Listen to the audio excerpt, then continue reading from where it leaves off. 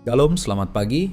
Hari ini Minggu 20 Juli 2025. Bacaan Alkitab terdapat pada Lukas 5 ayat 1 sampai dengan 11, 1 Korintus 1 ayat 18 sampai dengan 25, Kejadian 12 ayat 1 sampai dengan 4a, dan Mazmur 73 ayat Nats terdapat pada Yeremia pasal 14 ayat 9 berbunyi, Engkau ada di antara kami ya Tuhan, dan namamu diserukan di atas kami, janganlah tinggalkan kami. Dan Kisah Para Rasul pasal 11 ayat 26 berbunyi, di Antiokilah murid-murid itu untuk pertama kalinya disebut Kristen. Renungan berjudul Imitatio Christi Antiochia memiliki peran yang begitu penting dalam sejarah kekristenan mula-mula. Petikan nas dari Kisah Para Rasul 11 ayat 16 mengungkap bahwa di kota itulah para murid atau pengikut Yesus disebut dengan istilah Kristen. Sebutan Kristen dalam hal ini tentu lebih dari sekedar paham, aliran, atau mazhab. Dalam konteks jemaat mula-mula, kekristenan dimaknai sebagai suatu komitmen untuk menginternalisasikan pengajaran-pengajaran Kristus sedemikian rupa dalam kehidupan sosial mereka. Maka, tidaklah mengherankan jika tindakan seperti berkumpul, berbagi, serta memuliakan Tuhan menjadi suatu kebiasaan yang mencirikan gaya hidup kekristenan awal. Secara historis, kota Antiochia kerap disebut-sebut sebagai salah satu pusat kekristenan yang paling berpengaruh pada masa itu. Bermula dari tempat itulah, kekristenan terus mengalami perkembangan hingga ke seluruh penjuru dunia.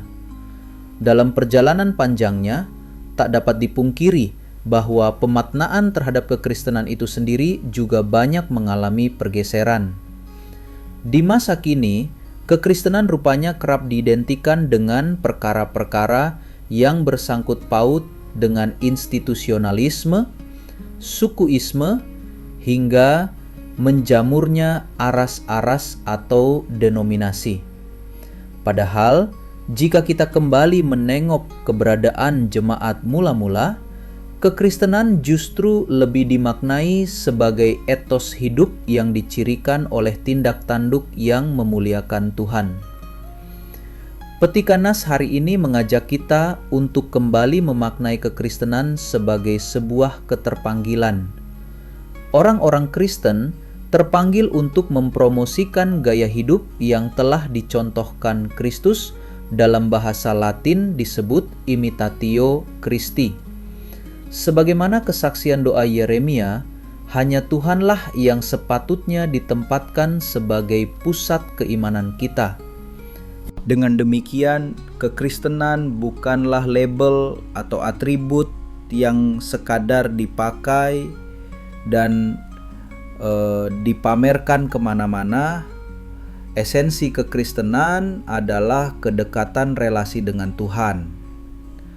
Kedekatan itulah yang kemudian dapat bermuara pada etos hidup yang sedia mengedepankan keserupaan dengan Kristus. Doa, ya Bapa, aku percaya bahwa Engkaulah Allah yang hidup dan bertindak membela umat-Mu.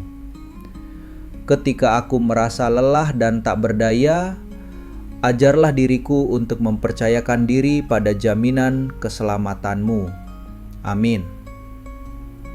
Ditulis oleh Pendeta Wayan Agus Wiratama. Salam bumi bersukacita dalam damai sejahtera. Terima kasih.